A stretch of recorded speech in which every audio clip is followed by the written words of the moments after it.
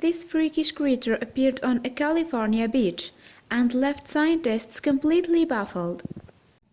The staff at the Coal Oil Point Reserve in California can't miss it. A massive 600-pound creature has washed up from the Pacific Ocean.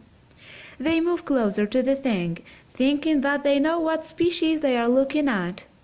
Soon, though, they realize that they have gotten it all wrong. In reality, they don't know what this monstrous creature really is.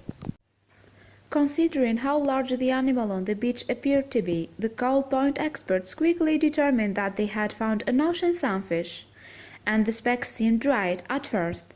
After all, the ocean sunfish is one of the weightiest species of bony fish on Earth.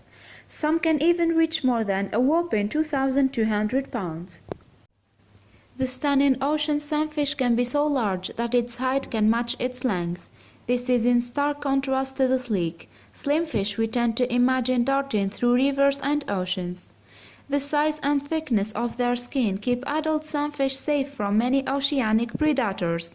Having said that, though, sharks, orcas, and sea lions can eat them. And then there are those ocean shellfish that wash on the shores of beaches, perplexing the people who eventually find their massive bodies.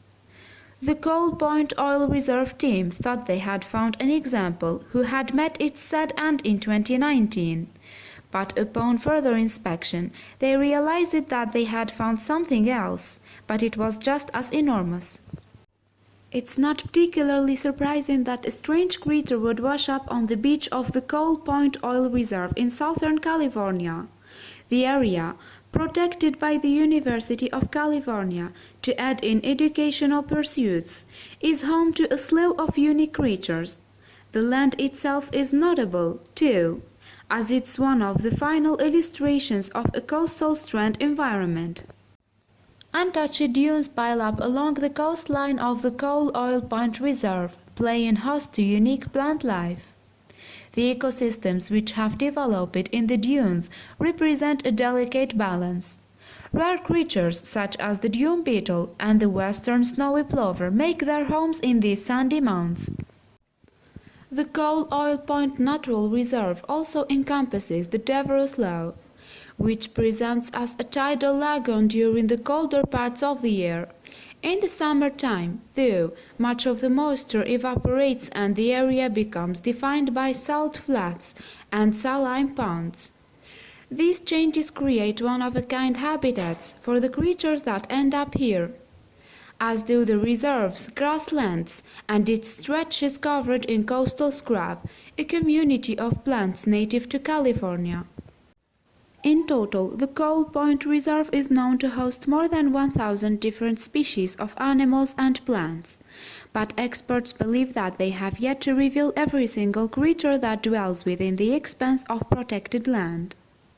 Although they have a comparatively safe habitat in the reserve, many of these species face habitat disintegration elsewhere, and that's just one of the many reasons why it's such a special expanse of land. Plus, the Coal Oil Point Reserve borders the Pacific Ocean, which means there are plenty more noteworthy species swimming in the nearby depths.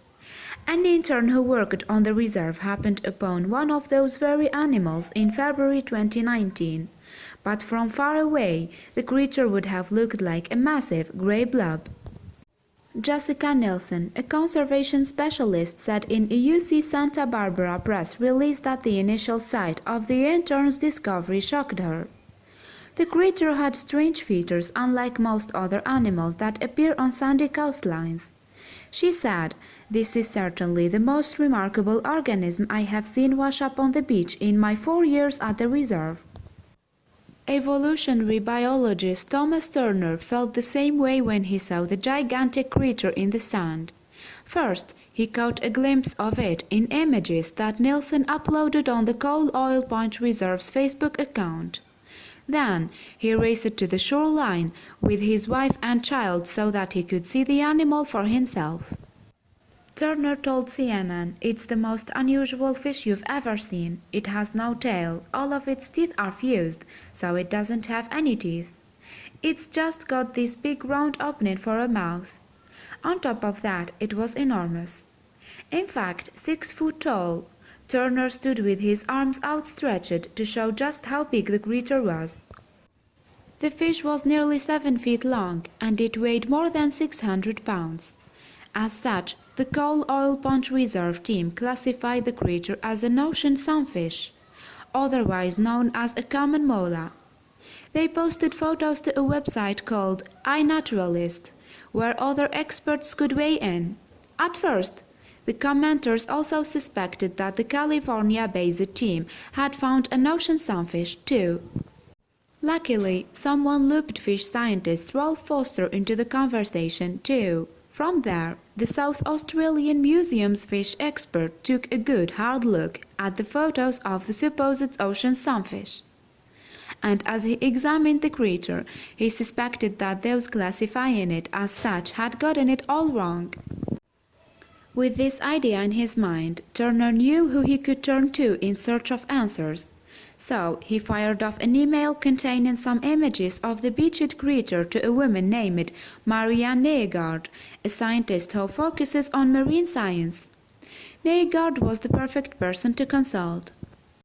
The images initially did little to move Nygaard, though, she recalled to CNN. The pictures weren't very clear. I was reluctant to settle on an identification because it was so far out of range. So, she and Foster reached out to the Coal Oil Pond Reserve team. If they could send better photos, then the duo would be in a better position to draw conclusions. Nelson and Turner heeded Nygaard and Foster's call. The California-based pair returned to the shoreline to snap more photos of the perplexing creature. But by then, it had been a couple of days since the intern had spotted the blob on the sand, and in that time, the tides had washed it away. Still, Nelson and Turner held out hope that they could track down the supposed ocean sunfish once more. So, they separated, starting a couple of miles apart and then walking towards one another. And thankfully, their plan worked. Not far from the fish's original resting place, they rediscovered its body.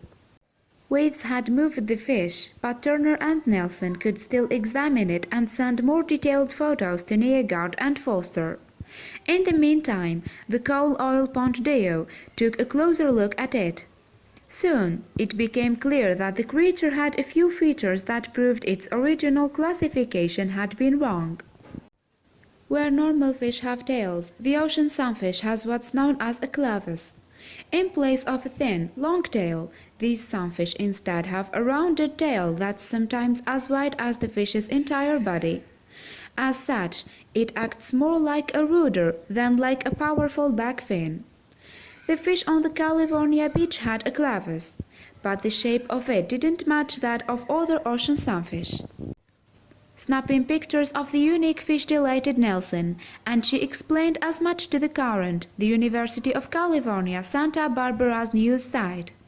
The conservation specialist said in February 2019, it really was exciting to collect the photos and samples, knowing that it could potentially be such an extraordinary sighting.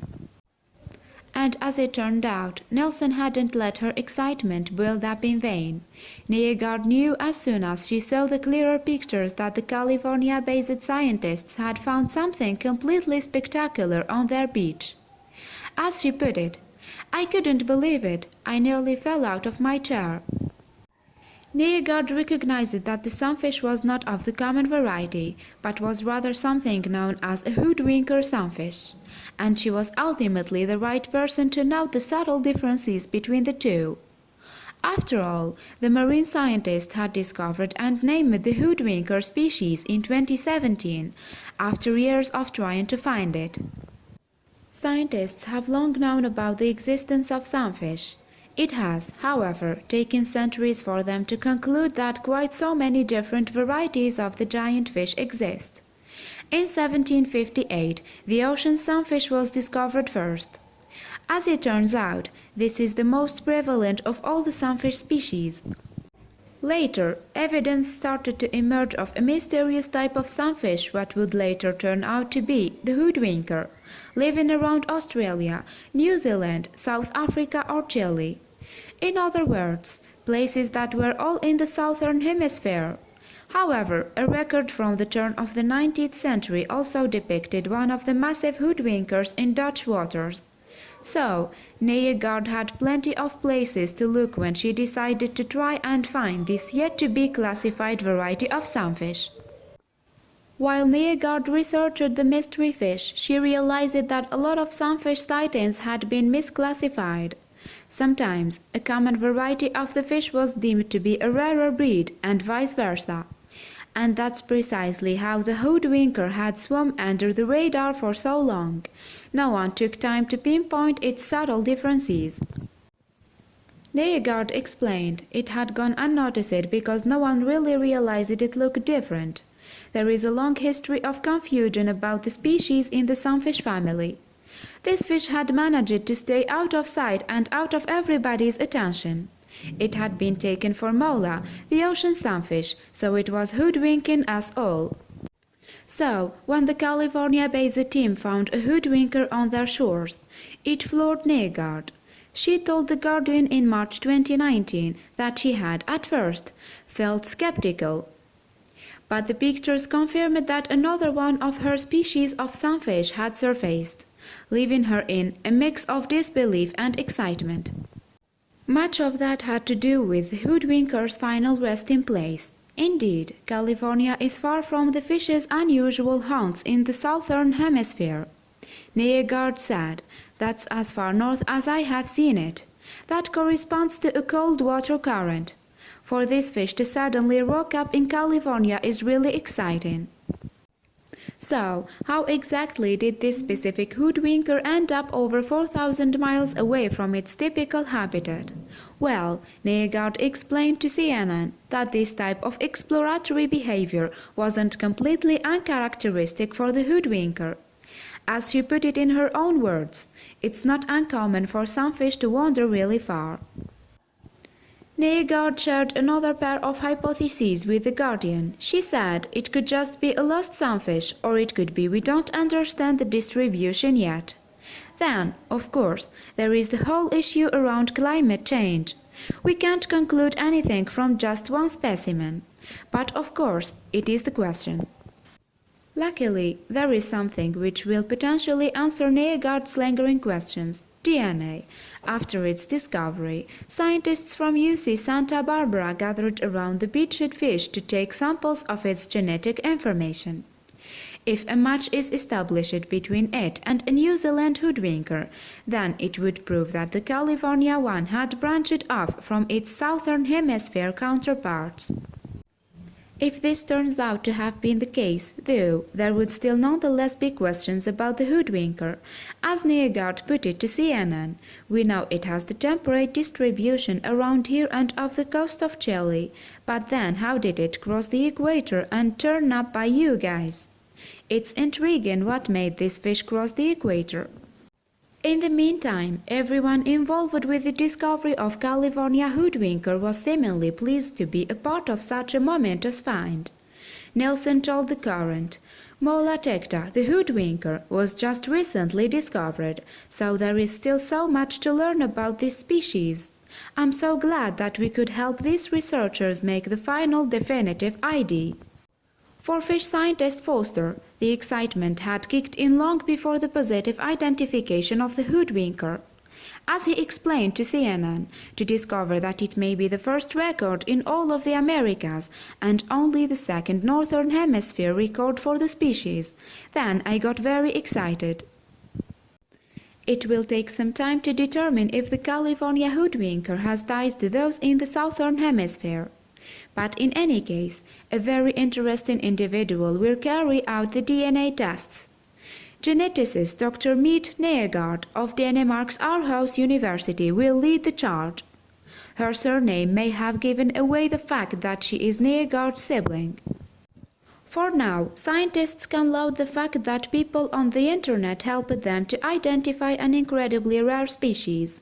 The Coal Oil Point Reserve's director, Chris Sandoval, elaborated on this idea to The Current. He said, "Without attentive eyes, camera phones and social media, the Australian ichthyologist would have never learned that this fish had just been seen for the first time in the northern hemisphere."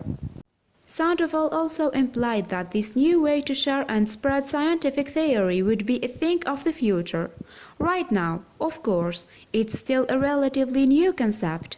He explained, this type of crowdsourced science is helping biologists map species in ways we could not have imagined just a few years ago. Nygaard and Turner celebrated social media for its aid in their triumph, too. Nygaard, for one, lauded iNaturalist for its bright and helpful community. She told CNN, "We are living in a changing world and it's important for scientists to get input from everybody in what they see. Because we can't be out in the field every day all over the world." And then there was Turner, who was quick to point out that he, a fish expert, would have missed the hoodwinker's signs without the World Wide Web. He said, "I'm a professor, I'm a biologist, but I didn't actually know what was special about this fish. I just posted a picture and that connected me with the world's expert and the discoverer of the species." Now, he and the rest of the specialists will have to wait and see what the DNA says about the special fish that brought all of them together.